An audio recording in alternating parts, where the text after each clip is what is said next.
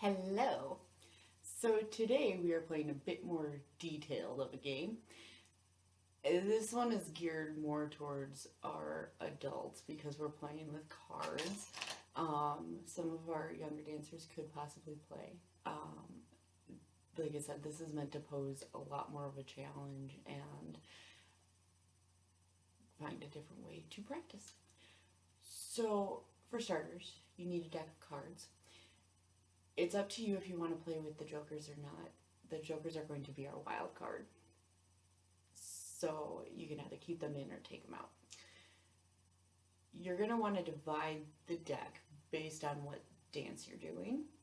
If you want to create a mix, you can totally combine like your tap and ballet cards and get a set.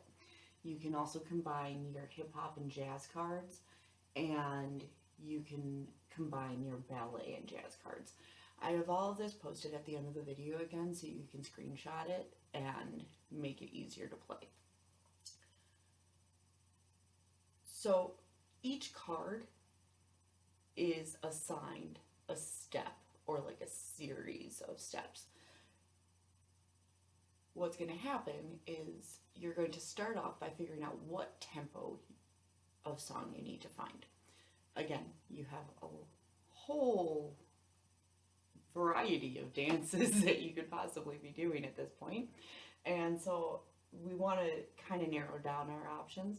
So the first thing you're going to do is you're going to shuffle up your deck and see what you draw. I pulled a 5. So that means I'm doing odds. I would find a slower song to use. Now, if I'm doing tap, that means I would be doing probably something more along the lines of soft shoe. If I'm doing ballet, that would be our adage. If we're doing hip hop, I would be practicing my slow motion moves, and jazz would become most likely a bit more lyrical. But again, there's options within those realms. If I were to pull an even card, then I would be doing more of my fast work and building up speed and like our allegro work. Each of the steps are designed so you can slow them down or speed them up, but it's going to take some practice. So it's kind of like our dice game where you have to make the steps move to the music. You're not just haphazardly dancing, you're going to have to listen. So you're going to build the dance, and like I said, each one of the cards represents a different step.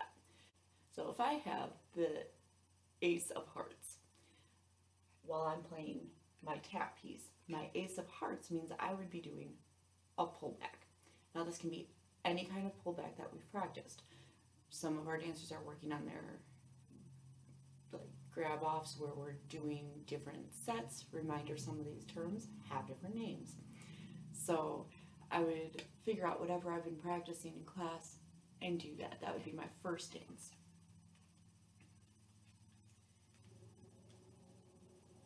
From there, let's say I pull a 4 of hearts.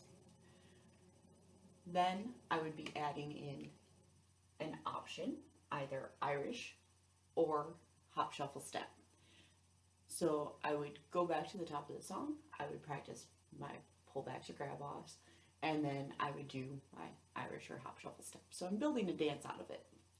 And this is meant so you can practice them and really get a good grasp of what's happening in the song.